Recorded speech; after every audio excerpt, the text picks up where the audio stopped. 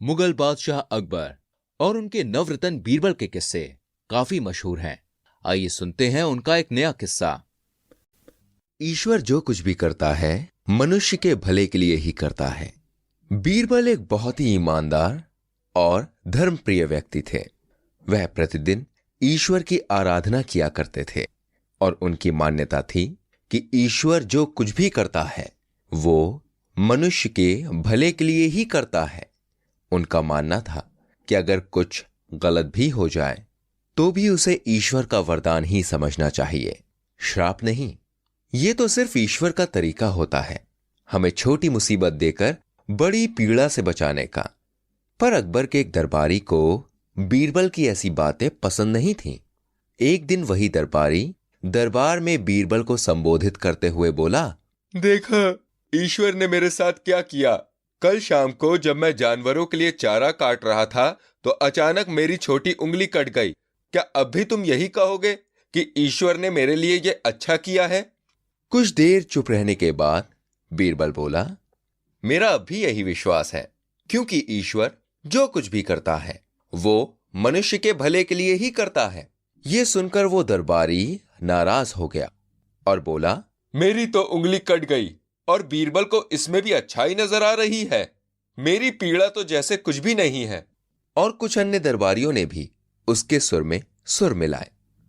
तभी बीच में हस्तक्षेप करते हुए बादशाह अकबर बोले, बीरबल, हम भी अल्लाह पर भरोसा रखते हैं, लेकिन इस मौके पर हम तुम्हारी बात से सहमत नहीं। इस दरबारी के मामले में ऐसी कोई बात दिखाई नहीं देती जिसके लिए उसकी तारीफ की जाए। बीरबल मुस्कुराते हुए बोला, ठीक है जहांपना, इस बात का फैसला हम समय पर छोड़ देते हैं। 3 महीने बीत चुके थे। वो दरबारी जिसकी उंगली कट गई थी वो घने जंगल में शिकार खेलने गया हुआ था और एक हिरन का पीछा करते हुए वो भटक कर आदिवासियों की बस्ती में जा पहुंचा। वो आदिवासी अपने देवता को प्रसन्न करने के लिए मानव बलि में विश्वास रखते थे, अतः वो उस दरबारी को पकड़कर मंदिर में ले गए बलि चढ़ाने के लिए। लेकिन जब पुजारी ने उसके शरीर का निरीक्षण किया तो हाथ में एक उंगली कम पाई और वो बोले, नहीं, इस आदमी की बलि नहीं दी जा सकती। यदि 9 उंगलियों वाले इस आदमी की बलि चढ़ा दी तो हमारे देवता प्रसन्न होने के बजाय हमसे क्रोधित हो जाएंगे। अधूरी बलि उन्हें पसंद नहीं। हमें महामारियों, बाढ़ या सूखे का प्रकोप झेलना पड़ सकता है, इसलिए इसे छोड़ देना ही ठीक होगा। फिर उस दरबारी को मुक्त कर दिया गया। अगले दिन वो दरबारी दरबार में बीरबल के पास आकर रोने लगा।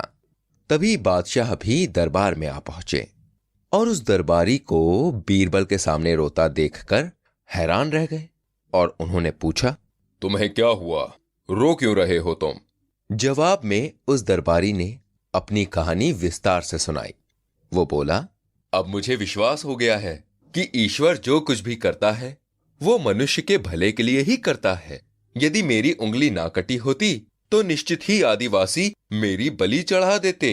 बीरबल के ईश्वर पर विश्वास को संदेह की दृष्टि से देखना मेरी भूल थी। ये बात सुनकर बादशाह अकबर ने मंद मंद मुस्कुराते हुए दरबारियों की ओर देखा जो सिर झुकाए हुए चुपचाप खड़े हुए थे। बादशाह अकबर को गर्व महसूस हो रहा था कि बीरबल जैसा बुद्धिमान उनके दरबारियों में से एक है।